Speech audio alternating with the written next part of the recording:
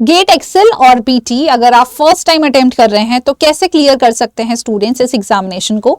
तो चलिए आज इसी के बारे में बात करते हैं। नमस्कार, मैं हूं आशिता मैम, आपकी लाइफ साइंस एजुकेटर, और आज हम लोग बात करने वाले हैं किन स्ट्रैटेजीज को फॉलो अप करके हम इजिली जो अपना गेट एग्जामिनेशन है उसको हम क्वालिफाई कर सकते हैं। तो देखिए, सबसे पहले आपको ये चीज समझ लेनी है कि 100% अगर सिलेबस को आप टारगेट कर रहे हैं तो प्लीज अब उसको भूल जाइए, क्योंकि 100% सिलेबस को ना तो अभी हम कंप्लीट कर सकते हैं स्टूडेंट्स, और ना ही अभी टारगेट करके आप उसको क्वालिफाई कर पाएंगे। कहीं ना कुछ तो लैक हो ही जाएगा। तो बेटर है प्रैक्टिकली समझ लें कि 100% अभी के लिए सिलेबस कंप्लीशन मुश्किल हो सकता है। दूसरी चीज आपको जो ध्यान रखनी है स्टूडेंट्स, कि जरूरी नहीं है कि 100% से ही हमारा सिलेक्शन हो। हमारा सिलेक्शन लगभग 60 to 65% सिलेबस को अगर मैंने बहुत अच्छे से मैंने डेप्थ में पढ़ा है, प्रैक्टिस करी है क्वेश्चंस की, तो भी स्टूडेंट्स हम गेट एग्जामिनेशंस को क्रैक कर सकते हैं। राइट। नेक्स्ट अगर हम बात करें तो किन यूनिट्स को आपको मेजरली फोकस में रखना है। देखिए, आपका चाहे कोई सा भी डोमेन हो, बट ये कुछ ऐसी फंडामेंटल यूनिट्स हैं जो कि बहुत ज्यादा इंपॉर्टेंट होती हैं आपके इंटरडिसिप्लिनरी क्वेश्चंस को सॉल्व करने के लिए, एमएसक्यू टाइप के क्वेश्चंस को सॉल्व करने के लिए, या फिर एनईटी टाइप के क्वेश्चंस को सॉल्व करने के लिए। तो molecular biology, cell biology, genetics, ecology and yes definitely और बायोकेमिस्ट्री यूनिट्स। तो ये कुछ ऐसी यूनिट्स हैं, कोर यूनिट्स हैं स्टूडेंट्स, जिसको आप बिल्कुल भी नेग्लेक्ट कर ही नहीं सकते हैं। तो इनको जितना ज्यादा अच्छे से पढ़ सकते हैं, इनके क्वेश्चन प्रैक्टिस कर सकते हैं, उतना ज्यादा आप करने की कोशिश करिए। अब इसी में अगर हम बात करें स्टूडेंट्स, तो अभी भी कुछ स्टूडेंट्स को कह सकते हैं क्लैरिटी नहीं रहती है कि मैम सिलेक्शन के लिए और क्या हमारे लिए कह सकते हैं बेस्ट डोज हो सकती है। तो डेफिनेटली है कि यार हमारा कॉन्सेप्ट जो है ना वो एकदम बढ़िया तरीके से क्लियर होना चाहिए। चाहे आप उसे पीवाईक्यू की मदद से करिए, चाहे आप उसे एग्जैक्टली पूरा थ्योरी पढ़िए करिए। अगर आप पीवाईक्यू के बेसिस पर करेंगे स्टूडेंट्स, तो बेस्ट ये रहता है कि हमें ये पता है किस तरीके के सवाल पूछे जाते हैं और कितना डेप्थ में सवाल पूछे जाता है। ठीक है, उसी चीज को अच्छे से रिवाइज करो और जितना ज्यादा रिपीट कर सकते हो उतना करो।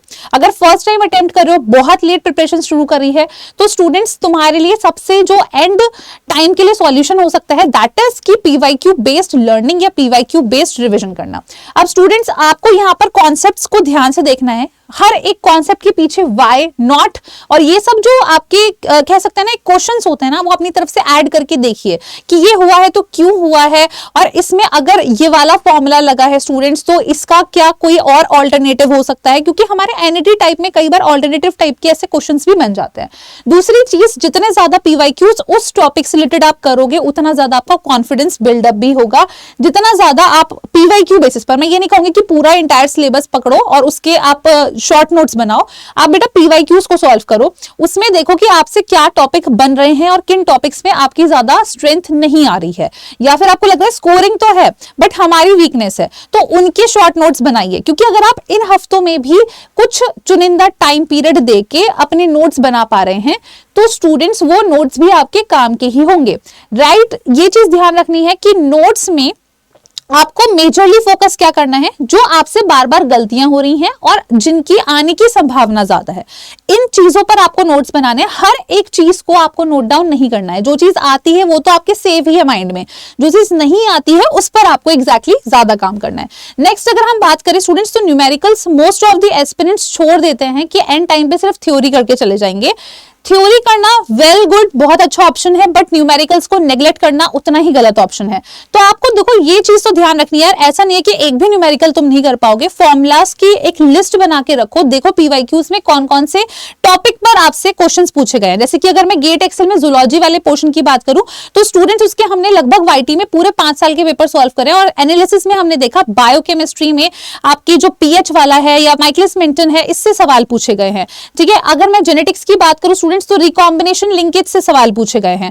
अगर मैं बात करूं इवोल्यूशन की, तो वहां पॉपुलेशन जेनेटिक्स से सवाल पूछे गए। तो उन सबके फॉर्मूलेज एटलीस्ट अपने सामने रख लो, ताकि उसको बार बार रिपीटेडली रिवाइज कर सको। नेक्स्ट अगर हम बात करूं स्टूडेंट्स, तो गेस गेट के जो न्यूमेरिकल्स होते हैं, ये आपके स्कोरिंग होते हैं अगर आपको फॉर्मुलेज जो हैं वो अच्छे से आते हैं तब।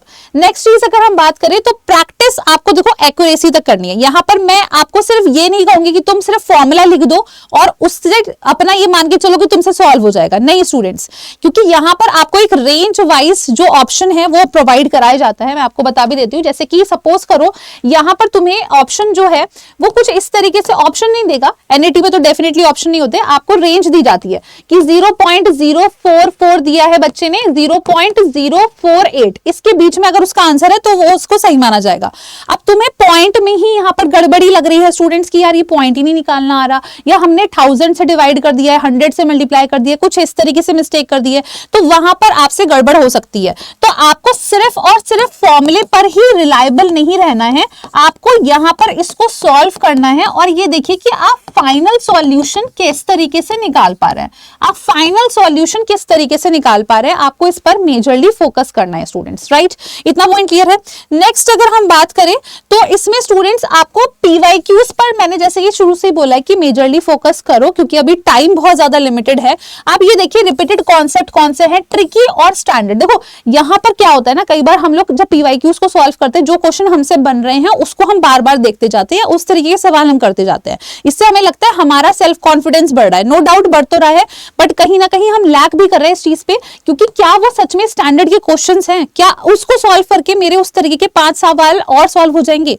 अगर नहीं हो रहे तो स्टूडेंट्स प्लीज उससे हटके कुछ और वैरायटी के सवाल भी आप सॉल्व करिए। तो आप ऐसे सवाल को भी या ऐसे क्वेश्चंस को भी चूज करिए जो कि काफी एनालिटिकल है स्टूडेंट्स, चाहे वो एनईटी में आ रहे हो, चाहे एमसीक्यू में आ रहे हो, चाहे एमएसक्यू में आ रहे हो। तो एनालिटिकल सवालों को ज्यादा आप फोकस में लाइए स्टूडेंट्स, राइट। ये पॉइंट तो हमने ऑलरेडी डिस्कस कर लिया। नेक्स्ट अगर हम बात करें स्टूडेंट्स तो मॉक टेस्ट पर भी ध्यान देना है हमें। मॉक टेस्ट में ये नहीं देखना कि यार मैंने 10 मॉक टेस्ट लगा लिए हैं, मैंने 5 मॉक टेस्ट लगाए हैं तो जो 10 वाला है वो ज्यादा बेनिफिट में रहेगा, नहीं। तुमने 5 मॉक टेस्ट अगर एकदम क्वालिटी के लगाए हैं, तुमने अच्छे से एनालाइज करा है, सॉल्व करने के बाद तुमने अपनी मिस्टेक्स पर काम करा है, तो वो तुम्हारे 5 मॉक टेस्ट ही सफिशिएंट है। तो देखो ये चीज करना है, आपको एनालाइज करना है देन यू अटेम्प्ट। मतलब ऐसा नहीं है कि 10 मॉक टेस्ट के पीछे भाग रहे हो, 5 करे हैं, 2 करे हैं, 3 करे, कोई दिक्कत की बात नहीं है, बट तुम्हारी एनालिसिस बेस्ट होनी चाहिए। अपने जो भी एरर्स है उसको ट्रैक डाउन करो, जो सिली मिस्टेक्स है उसको ध्यान से देखो, टाइम वेस्टेज कहां हो रहा है, क्या हम कैलकुलेशन नहीं कर पा रहे हैं, क्या हमसे डेसिमल्स में गलती हो रही है, माइनर मिस्टेक हो सकती है, बट उस चीज को एक्सेप्ट करो और उस पर काम करो, ठीक है ना। Even 5 well analysed mocks are enough. तो 5 मॉक टेस्ट भी अगर तुम दे रहे हो ना तो भी इनफ है, बस उसकी एनालिसिस तुम्हारी स्ट्रांग होनी चाहिए। अब देखो क्या होता है कि जो फर्स्ट टाइम पे जो भी एस्पिरेंट अटेम्प्ट करता है पेपर, कई बार वो गलती कर देता है। कैसी गलती करता है, एक तो वो लास्ट दिनों में ना सबकी चीजों को पीछे सोचता है कि यार सब चीजों को मैं रिवाइज कर लेता हूँ, है ना, जितना मेरे पास नोट्स है अपने ग्रेजुएशन के उन सबको मैं रिवाइज कर लेता हूँ, विच इज गुड अगर आपका फंडामेंटल स्ट्रांग है, आपने अपनी ग्रेजुएशन में बहुत अच्छे से मेहनत करी है। बट अगर आपका बेसिक स्ट्रांग नहीं है स्टूडेंट्स, तो सभी चीजों के पीछे मत भागना, पीवाईक्यू बेस्ड स्टडी या लर्निंग करना, ठीक है ना। सब कुछ नहीं पढ़ना है पहली चीज, और मल्टीपल रिसोर्सेज। एक टॉपिक की सोच रहे हो तुम 5-6 किताबें पढ़ डालोगे, नहीं, अब वो वक्त है ही नहीं कि तुम इतनी सारी रेफरेंसेस को यूज करो। जो चीज पढ़ रहे हो सॉलिड पढ़ो, और यहां पर ये ध्यान रखो कि क्या तुमसे उन टॉपिक से सवाल बन रहे हैं या नहीं। इग्नोरिंग द पीवाईक्यूज ये सबसे बड़ी गलती रहती है, राइट। तो वो चीज आपको ध्यान रखनी है। तो स्टूडेंट्स देखिए इसी चीज के लिए हम लोग आपके लिए कैसे मददगार हैं ये मैं आपको बताने वाली हूँ। प्लानर फॉर गेट 2026 के लिए स्टूडेंट्स हमने किस तरीके से आपके लिए मेहनत करी है और आप भी करने वाले हैं।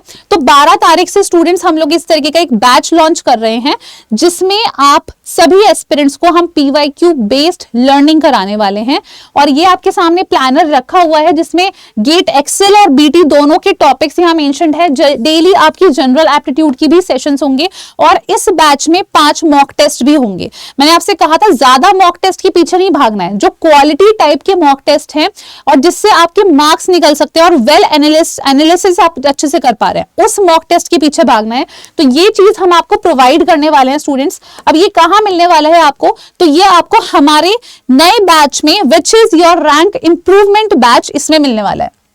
ये स्टूडेंट्स एक तरीके से आपका एमसीक्यू बैच है, जिसमें आपको गेट बीटी और गेट एक्सेल, ठीक है ना, गेट बीटी के लिए भी है ये और गेट एक्सेल वाले एस्पिरेंट्स के लिए भी है। तो उन बच्चों के लिए आपके सेशंस इसमें लगेंगे लगातार 12 जनवरी से। और स्टूडेंट्स हम इसमें आपके जो सेशंस है, डेफिनेटली हमने टाइम पीरियड लगभग 20 से 25 दिन का लिया है, बट अगर हमें लगता है, हमें अपने एस्पिरेंट्स को देख के, जो भी हमारे कह सकते हैं पेड बैच के एस्पिरेंट्स होंगे, उनको देख के हमें लग रहा है कि यार इनको केमिस्ट्री और पढ़नी है या इनका ये वीक टॉपिक्स है, तो उसके अकॉर्डिंग हम एडिशनल सेशंस भी प्रोवाइड करेंगे। बट यस, ये जो आपका बैच रहेगा ये एग्जैक्टली PYQ बेस्ड लर्निंग के हिसाब से रहेगा स्टूडेंट्स, जिसमें हम आपको हर एक टॉपिक के सॉल्यूशंस कराने वाले हैं लाइव क्लास में। 12 जनवरी से आपका ये स्टार्ट हो जाएगा। एंड में आपको 5 मॉक टेस्ट भी मिलेंगे, बीटी वाले एस्पिरेंट्स को सेपरेट और एक्सेल वालों को सेपरेट, ताकि तुम अपनी एनालिसिस अच्छे से कर सको स्टूडेंट्स। अब इसमें कैसे एनरोल कर सकते हैं तो वो मैं आपको बता देती हूँ। यहां पर एनरोलमेंट के लिए आपको ऑर्डर 24/7 की वेबसाइट पर जाना है, ऑल कोर्सेज में जाना है, CSIR नेट, और यहाँ गेट को सेलेक्ट कर लीजिएगा स्टूडेंट्स। सेलेक्ट करने के बाद जैसे ही आप यहाँ पर CSIR नेट के बाद गेट को सेलेक्ट करेंगे तो आपके सामने यहाँ पर रैंक इंप्रूवमेंट बैच आ रहा है। इसमें स्टूडेंट्स एक्सेल और बीटी दोनों के लिए है, ये आपका एक्सेल और बीटी दोनों के लिए है स्टूडेंट्स। इस पर आप बाय नाउ पर क्लिक करिएगा। एक्स्ट्रा डिस्काउंट के लिए यहाँ पर आप कूपन कोड डाल सकते हैं, दैट इज YT13। तो इस कूपन कोड के माध्यम से आपको ये और भी डिस्काउंटेड अमाउंट पर मिलेगा। तो स्टूडेंट्स ध्यान रखो, 12 जनवरी से शुरू हो रहा है, एक भी दिन लॉस तुम्हारे लिए बहुत बड़ा एक चैलेंज बन सकता है टुवर्ड्स द गेट 2026 एग्जामिनेशन। अगर लिमिटेड टाइम में तुम चाहते हो अच्छी तुम्हारी तैयारी हो, एकदम सॉलिड तैयारी हो, भाई 20-25 दिन भी अगर मेहनत करके सिलेक्शन निकाल रहे हो तो उसमें क्या बुरी बात है, राइट? तो स्टूडेंट्स 12 जनवरी से बैच स्टार्ट हो रहा है, तो आप जाके एनरोल कर सकते हैं। अगर कोई भी डाउट है कमेंट बॉक्स में पूछ लो, या फिर जो नीचे नंबर मेंशन है उसमें भी आप पूछ सकते हो। ऑलराइट स्टूडेंट्स, तो धन्यवाद। मैं उम्मीद करती हूँ ये वीडियो आपके लिए यूजफुल रही होगी। और गेट का एग्जाम अगर आपका टारगेट है तो डेफिनेटली स्टूडेंट्स मेहनत करना स्टार्ट कर दो। हम भी बहुत जल्द आपके लिए और भी ऐसे रिपीटेटिव सेशंस लाते रहेंगे।